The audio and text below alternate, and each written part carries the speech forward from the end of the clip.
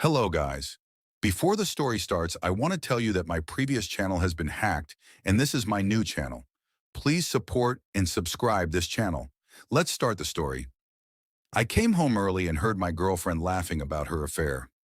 So I left without saying a word. I'm 27, male, and I've been with my girlfriend, well, ex-girlfriend now, for almost 3 years. We live together in a small apartment downtown. I worked long hours as a software developer for a startup. You know how it goes, late nights, constant pressure, but it paid well enough to keep us comfortable. My girlfriend Kay worked part-time as a waitress while finishing her degree, and things seemed fine. I had no reason to question our relationship. We had arguments like any couple, but nothing out of the ordinary. At least that's what I thought until last Tuesday. I got off work earlier than usual that day. My boss had a meeting canceled, and I figured I could surprise Kay with her favorite takeout and maybe even go for a movie afterward. It was one of those rare nights where we both had some time to relax. It had been a rough couple of months. She was stressed with her final exams, and I was buried in work. I just wanted to remind her that we were in this together, no matter how hard things got. I parked outside our building, takeout bags in hand, and felt good for the first time in a while. But as I climbed the stairs, I noticed something strange. The door to our apartment was slightly ajar. My heart did that weird thing where it skips a beat, then thuds in your chest like it's trying to escape. I stepped in quietly. I could hear voices. Hers, obviously. But there was someone else. A guy, for sure. At first, I thought maybe one of her friends had come over. It didn't really make sense, but I didn't jump to conclusions. At least not yet. I walked in further through the short hallway that leads to the living room, and then I heard it. Yeah, he has no idea, she was saying, her voice clear and sharp in the otherwise silent apartment. I froze. I mean, he works all the time. It's not like he notices when I'm out with you. Plus, I've got him wrapped around my finger, so even if he did, I could talk my way out of it. I blinked, unsure if my brain was playing tricks on me. Maybe I misunderstood. But no, the guy laughed, and I heard the unmistakable sound of a bottle clinking against the glass. They were drinking. In our living room, he's so clueless, she continued. It's almost sad how easy it's been. And the best part? He still thinks I'm stressed about school, and that's why I'm distant. It's pathetic. I felt my throat tighten, my hand gripping the takeout bag until my knuckles went white. My heart was pounding so hard. I thought they might hear it from the other room. I wanted to storm in there, confront her, scream, something, anything, but I couldn't move. I couldn't even breathe.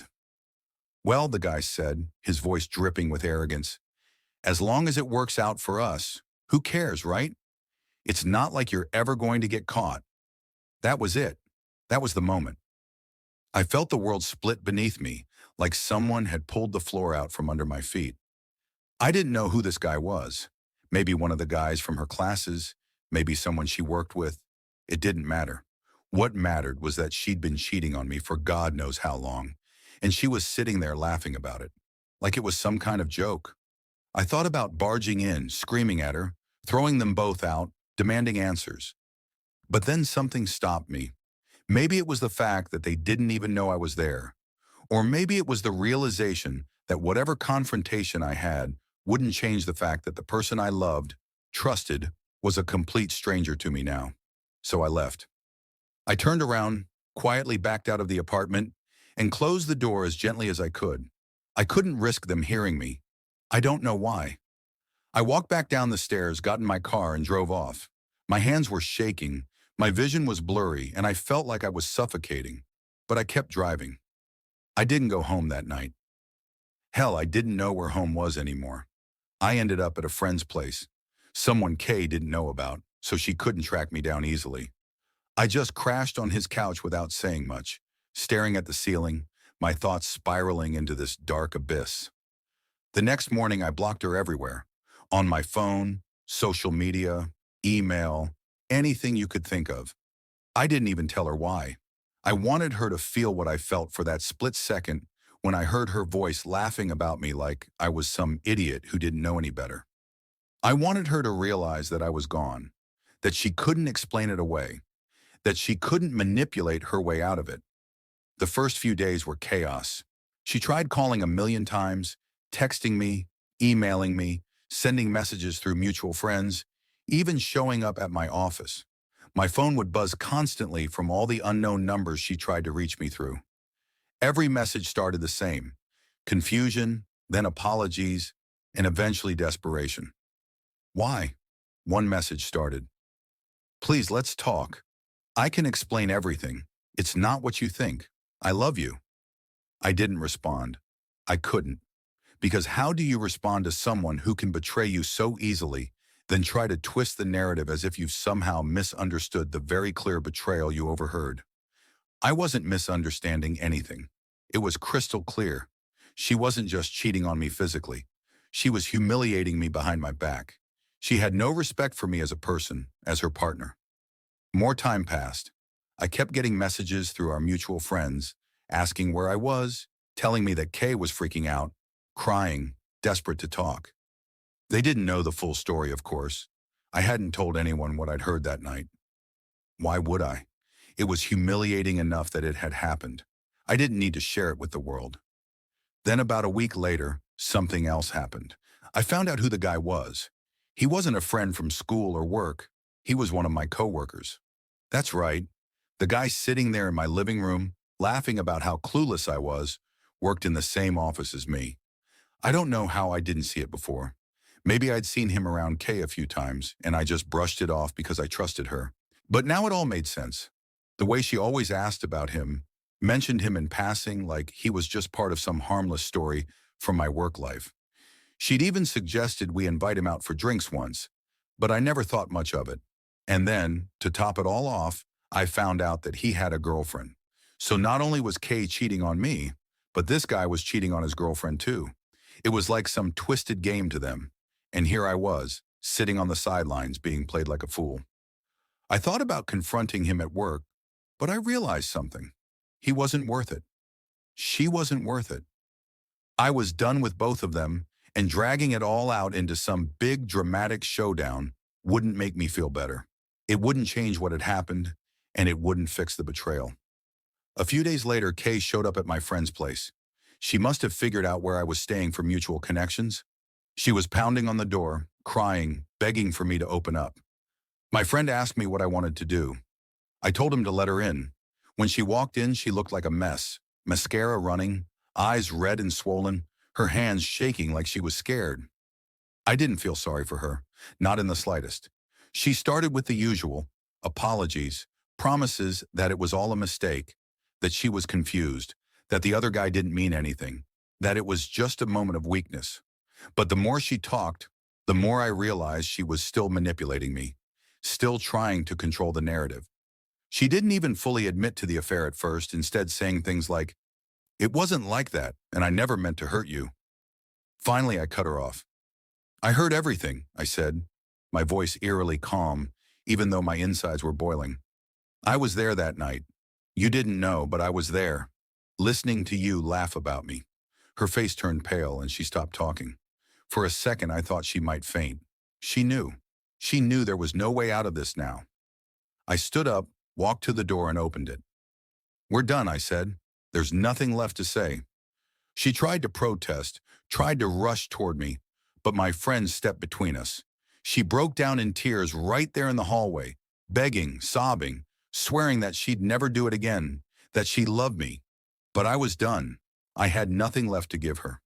I left her crying in that hallway and walked out of her life without looking back. The funny thing is, as devastating as it was in the moment, there was this strange sense of relief washing over me as I walked out that door, like I'd finally ripped off this massive Band-Aid that had been festering underneath. Sure, there was pain, raw, intense, soul-crushing pain, but the weight of all that deceit and humiliation was gone. I wasn't being played anymore. I was done being the fool. After that day, she stopped trying. The calls, the texts, they all dried up. I think she finally realized there was no getting me back. Maybe she moved on to someone else. Maybe she spiraled into guilt and shame.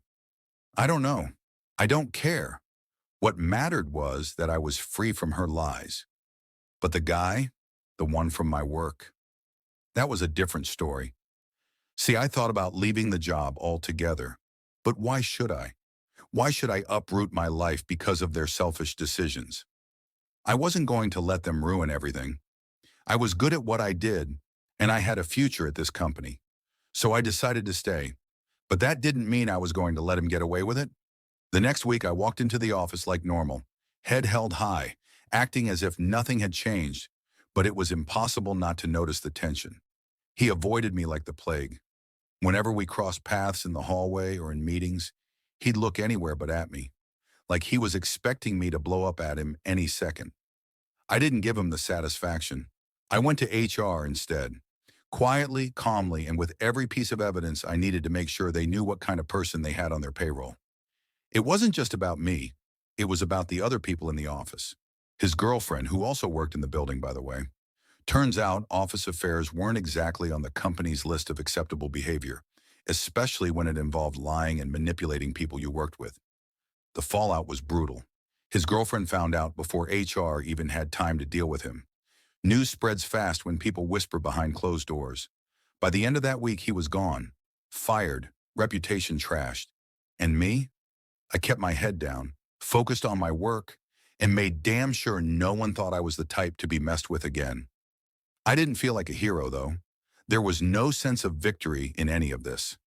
Just a kind of cold satisfaction, knowing that I had removed the toxic parts of my life. What surprised me most, though, was how little time it took to move on. I thought I'd be haunted by Kay's betrayal for months, maybe even years. But after a few weeks, the fog lifted. I didn't feel like the guy who had been cheated on. I felt lighter, I guess. Like I'd learned something important about myself, about how much I was willing to tolerate from someone who was supposed to love me. I realized that for a long time, I've been putting Kay on a pedestal.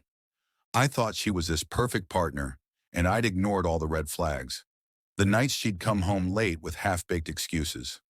The times she'd pull away when I tried to get close. I'd ignored it all because I didn't want to face the truth that our relationship had been broken for a long time, and I'd been too blind to see it. I won't say I've completely forgiven her or the guy. Maybe I never will, but I've learned to let it go, to focus on the things I can control, like my own happiness. And yeah, trust is harder now. It'll probably take a long time before I can fully trust someone again, but that's okay. I'll get there. If there's one thing I've learned from all this, it's that people can be incredibly selfish, but they can also be resilient. I'm not the same person I was before I overheard that conversation. I'm tougher now, smarter, and I know what I'm worth. I won't let anyone treat me like that again. Thank you so much for listening to my story. If you have any thoughts, I'd love to hear them. So please leave a comment. Don't forget to like and subscribe if you want more stories like this one.